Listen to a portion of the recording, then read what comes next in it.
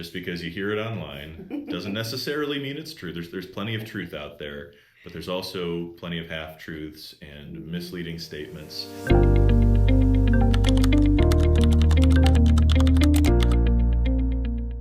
Welcome back to Invested in You, brought to you by Community First Investment Group. We're here to help you take the next step in your financial journey, no matter where you're starting from.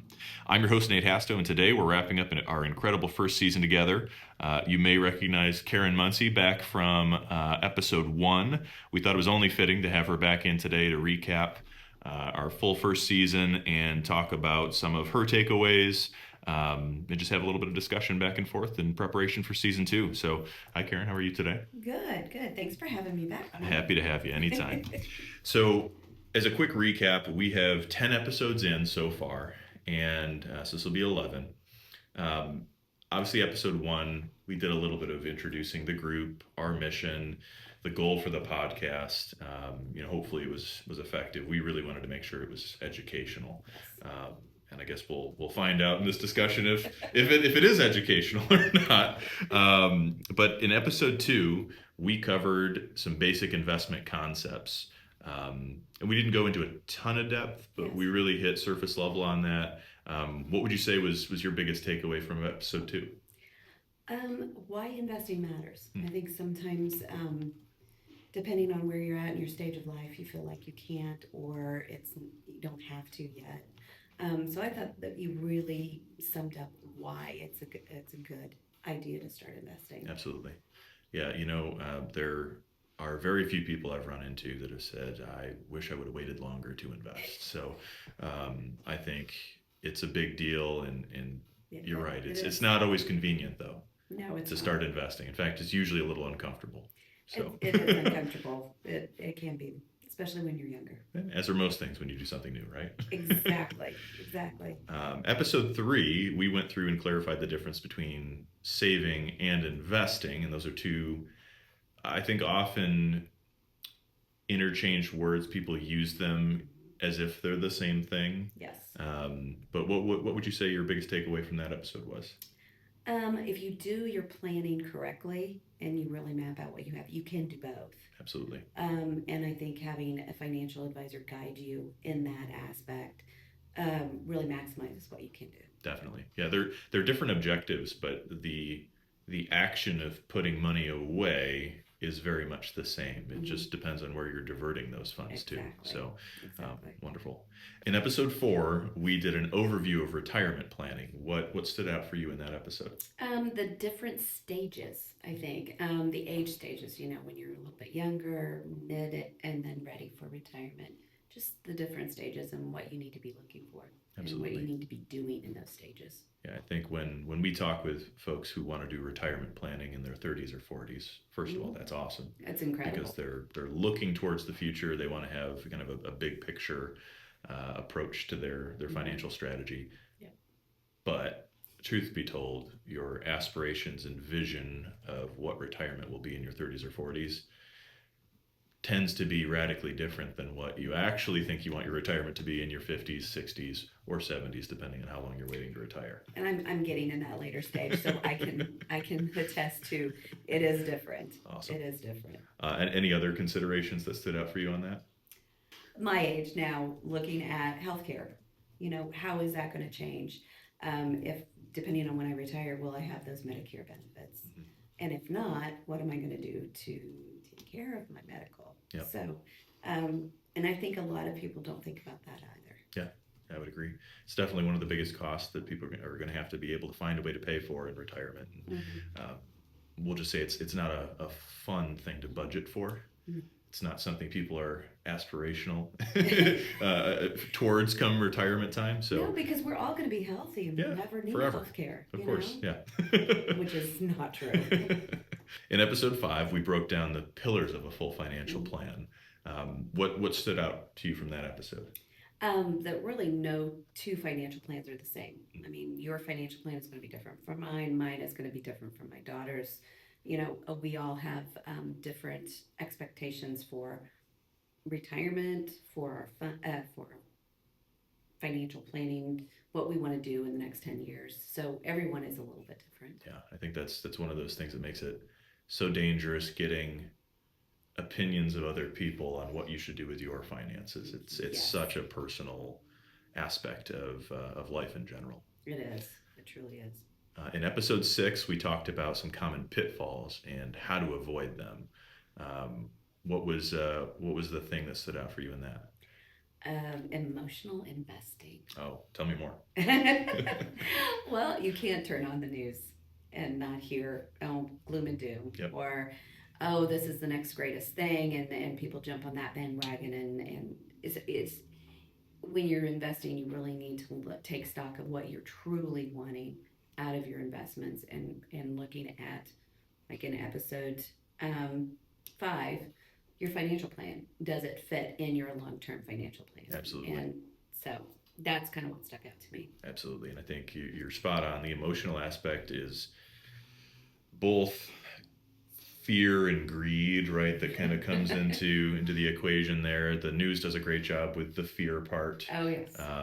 Depending on who you're listening to on social medias, the greed aspect can really kind of creep in with the keeping up with the Joneses. The market in general can be one of the most rough Joneses to try and keep up with. Yes. And yeah, you're right. Emotional investing, whether it's on the ambitious side or the fear-filled side, can really make a huge negative impact in how you go about taking steps towards your financial goals. It has long-term effects. It really does. Absolutely. In episode 7, we talked about the importance of estate planning, and I know it's not something that we do directly here, Yes. obviously, but with that episode, what was the highlight for you? Proactive planning. I think we see so many people that reactive. They're in the reactive mode, and by the time you get to the reactive mode, it's not a stable plan at that point. Yeah. And you've missed some opportunities. So Absolutely. I think being proactive is the best way to go. Absolutely. Yeah. When it's becoming reactive, the impact is not the same.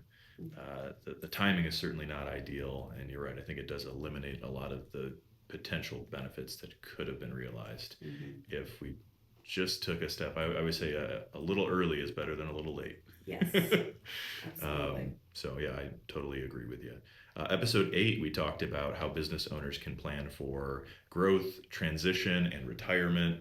I know that's not necessarily something you're directly involved with on a day-to-day basis, but what stood out for you in that episode? All the different solutions that we can provide for small business owners, especially succession planning. I think that's one of the least thought of by business owners because they're so busy building their business, managing their business, taking care of their employees, that they kind of forget that one day they're going to want to retire. They put all their hard work into this business. How are they going to make the most of that and reap the rewards from their hard work? Absolutely. And I think the succession even goes beyond the how do I cash out? Potentially they've given dozens or maybe even hundreds of families an income source over that lifetime of their business. And for many businesses, they just close when the owner decides that it's time to walk away. Not only do they not sell, they just stop existing.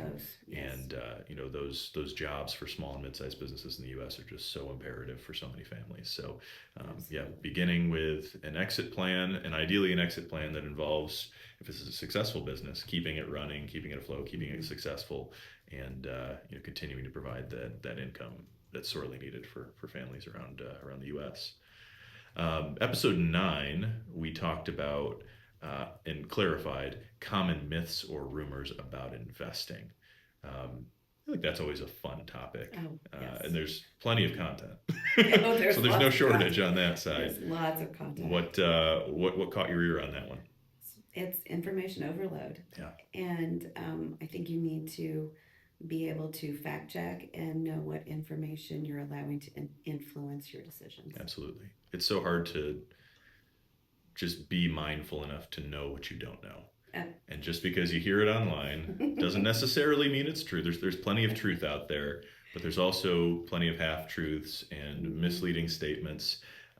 I'm almost always looking for the sales pitch. When I inherently get several reels or TikToks from folks on a monthly basis, and She's like, check this out. I'm like, that's interesting. Yeah. So it's a good time. I actually do enjoy reviewing them. I think when you come into it with that professional perspective, um, it can be entertainment. It But can be you very are entertaining. nervous. You're nervous about someone taking it as straight up advice. Oh, absolutely. Absolutely. Episode 10 we just recorded recently, but we went into explaining how insurance planning fits into the overall financial planning picture. Um, what was the big takeaway from our final episode before this recap? I think how critical insurance is as part of financial planning. Um, I know a lot of people never think of using insurance as a piece of their financial plan. Mhm. And so that was really interesting to me, Yeah. how you broke it down Yeah. for them. Yeah, I think it's definitely overlooked. It's not what people think of when they think of sitting with a financial advisor. It's not. Just like I said in that episode, it's probably one of the least fun products to shop for. So Yeah, you're right. most people never get around to doing it. There's no one who window shops for insurance. Last I checked, anyways. So I think it's intimidating too sometimes. oh, for sure. Yeah. So just as a summary here, what do you hope that others? I know we just went through your takeaways, but what do you hope that others took away from this full first season of our podcast series? Well, first, financial planning's for everyone. Yep. Doesn't matter how little you have or how much you have, you just need to start. Yeah. So, I, I hope people were able to grasp that from this podcast. Again, we talked about planning's not one size fits all. It's not, your plan is not going to be the same as mine. Mhm. So I hope they understand again, it doesn't matter how much you have or how little. It's your plan. Making sure that the plan that you have gets you to where you want to be, sets you up for success, sets you up for what you're really saving and investing for. Absolutely. And that podcasts like this can educate and empower them to start making decisions that will hopefully benefit them. Awesome. Yeah, I hope that too. I don't have anything to add. I think those are exactly what I would want to have people taking away from this as well. So, as a quick sneak peek for next season, just an idea of what you can expect. This first season was very high level, and just like you said, we hoped that it would be a foundation for you to take that first step in your education of everything finance. This coming season, we're really hoping to start doing deeper dives into some of these topics. I think you got a little bit of a sneak peek as we answered some of the Q&A that came in for these episodes, where we start to personalize some of the advice a little bit more so. Now, obviously, it can't be truly personalized advice with a one question and without a ton of context.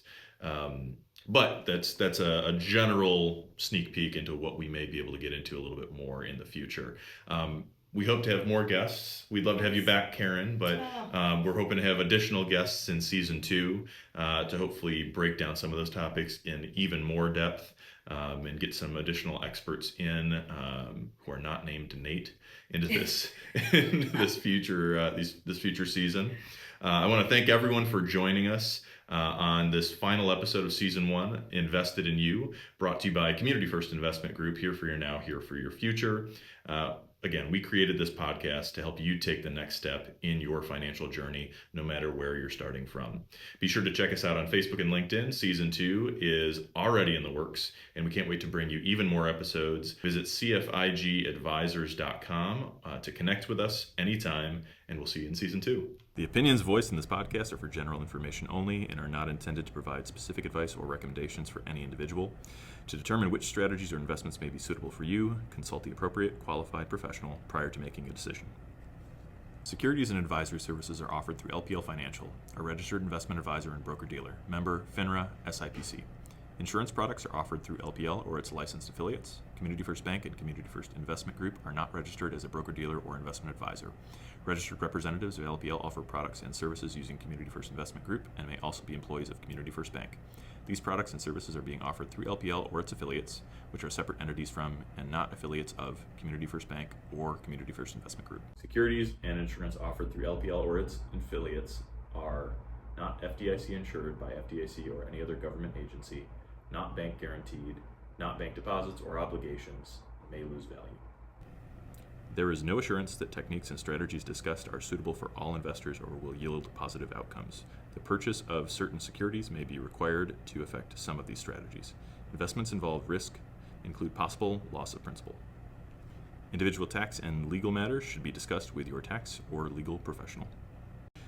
Economic forecasts set forth may not develop as predicted, and there can be no guarantee that strategies promoted will be successful. All performance referenced is historical and is no guarantee of future results. All indices are unmanaged and may not be invested in directly.